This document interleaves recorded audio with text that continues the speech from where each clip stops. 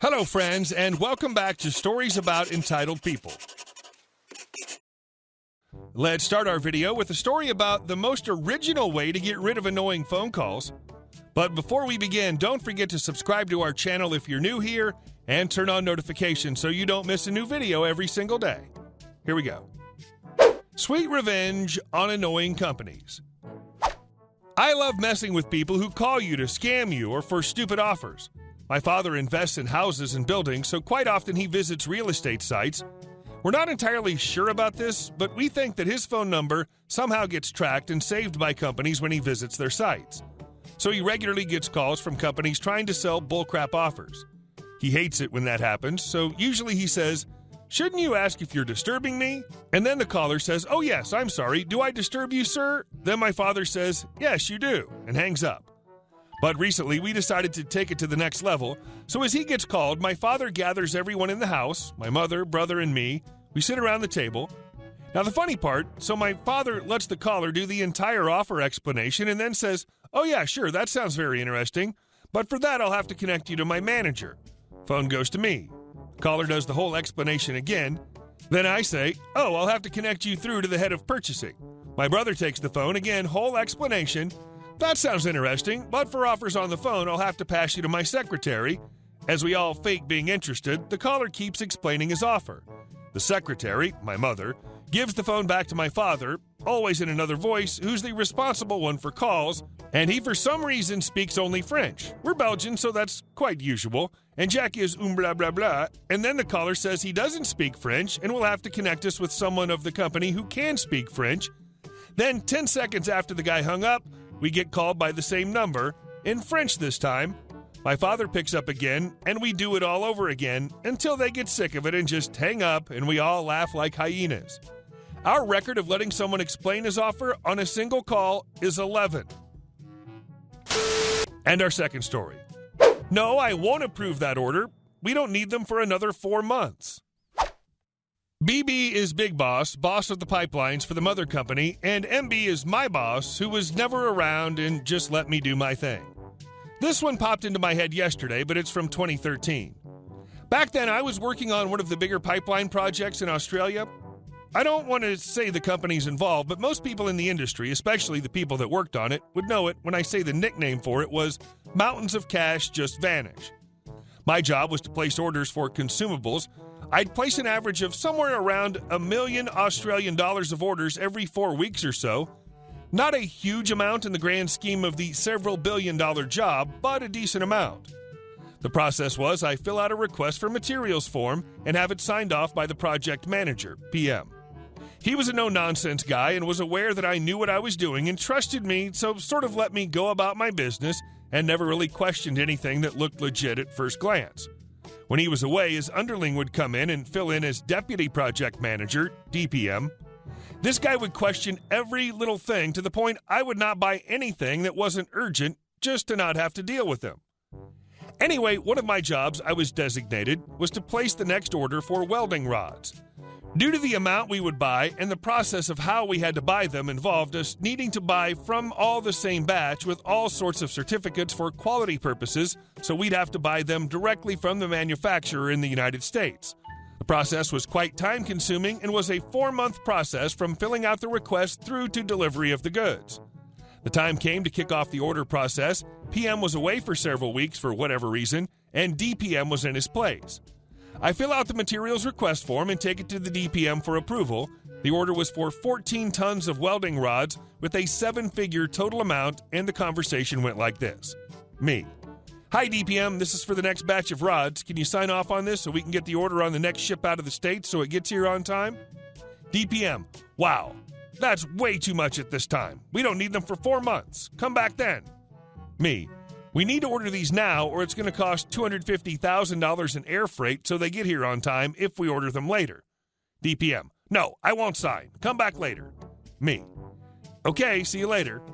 So me knowing how this is going to play out in 3 months when PM gets back, get straight back to my office and email DPM and say exactly what I said in his office to establish a paper trail to cover my arse. I repeated this 2 times more until the cutoff for shipping. Sure enough, 3 months later, and I have this to deal with. MB, hi OP, where's the welding rods you were asked to order? BB, this is unacceptable. Your negligence will hold up the entire job and cost us millions in downtime. Me, hi MB and BB, I was told not to order them by DPM. Here's a copy of the emails I sent to DPM on date 1, date 2, and date 3. He rejected my request for the materials in his office, and he never replied to my request for approval over email. I can order them now at an extra cost of $250K for air freight, and they'll be here in around 10 days. But I need someone to okay it. BB, yes, go ahead and order them air freight and bring me the paperwork to sign. DPM, I'll be down to see you in 10 minutes. And our last story. Guest is being rude to you? Take your sweet, sweet revenge. I worked at a bar on a small island in the country I live in. The island was like a vacation place with different rent houses and homes.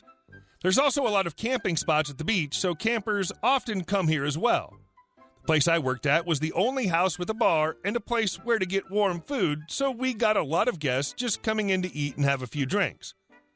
I was mostly working in the kitchen, as I like cooking, and am now studying to be a chef, but sometimes I was in the bar to kind of guard.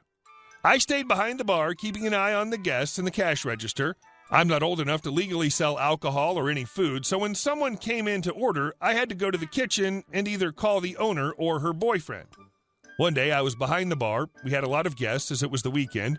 Nobody'd come in for a while, so the owner went for a smoke and left me at the bar. A woman, and I guess her husband or boyfriend, entered with their camping gear. A bit of the house layout, the kitchen's connected to the back door where the owner goes to smoke, while the bar door is in front of the house, so when someone comes down the road to the bar, you can't see it from the back. They got in, looked at the menu, and started quickly telling me what they wanted. I don't remember exactly what they wanted, but it was like 2 large barbecue platters and some alcohol, I think.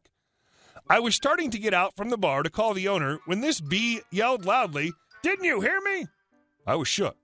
I told her that I'm not legally allowed to sell them anything and that I had to call an adult. The woman bombarded me with crap like, "Then why are you here? And you shouldn't even be working here." Take note that we had good relations with the caretakers of the island, so I was allowed to work here, just not allowed to sell anything in the bar.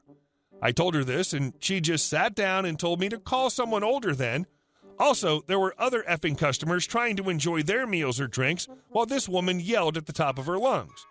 I got the owner and warned her about the woman. She got what they wanted, ate, and when I went to clean the tables, the woman snarked at me. I was PO'd.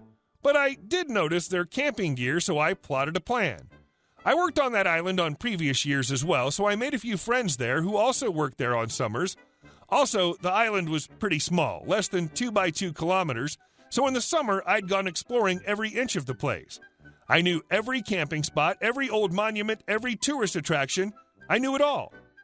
After work, I went to my friend's place and told him my plan. Me and my friend went to the beach for a swim. Before that, we looked around the whole beach line camping spots, and I noticed her, the woman and her husband setting up their tent. Me and my friend ignored them and walked toward the beach. We had a blast. When we left, the couple had set up their tent, had a fire going way over the allowed height limit. It looked like a bonfire. They had candy bags and soda cans everywhere around the tent. There was a trash can right next to the campsite. It was still sunny outside, so we took pictures of the effing bonfire, the trash everywhere, and the fact that they weren't even there. We knocked on the tent and nobody was there to look after the fire. It was a warm summer and the beach has a lot of dried pine cones and pins, the spikes that grow on them. I don't know what they're called. So anyway, any kind of spark could have started a major fire. We put out the fire with the trash can we emptied and carried water with and left. Came next time. We went to the beach after dark, we found the campsite, and there was a new fire. Not as big, but still over the limit. We slightly tapped the tent and nobody reacted, so we assumed they were asleep as we heard snoring inside. The plan begun. They left their food and leftovers on the campsite tables, so we did a good job cleaning everything. We threw all the food into the trash, followed up by their trash they left on the ground, even opened up and threw away the rest of their food they had in the cooler next to the tent, used their 2 large 5-liter water canisters of water to put out their fire. There were also cider cans inside the cooler, and me being the kind of kid who grew up with my mom telling me everything is legal as long as you don't get caught, we drank 1 can and took 1 for later. Emptied the rest next to the tent so ants would swarm the tent because of the sweet smell. We tied up the trash bag and left. Next morning, we were visited by the island caretaker. He told us that a couple's tent and food were ruined at the beach. He asked us a few questions about where I was last night. I told him I was at my friend's place the whole night and walked around the island. My friend told him the same thing. We weren't suspected after that. I did tell the caretaker that we did pass their tent when we went to the beach and they had a huge fire going and showed him the picture. He fined the couple for endangering the island and other people. The couple came to the house during lunchtime and booked a room. I got the owner some extra business. Hey guys, thank you all for watching the video. I'll see you in the next one.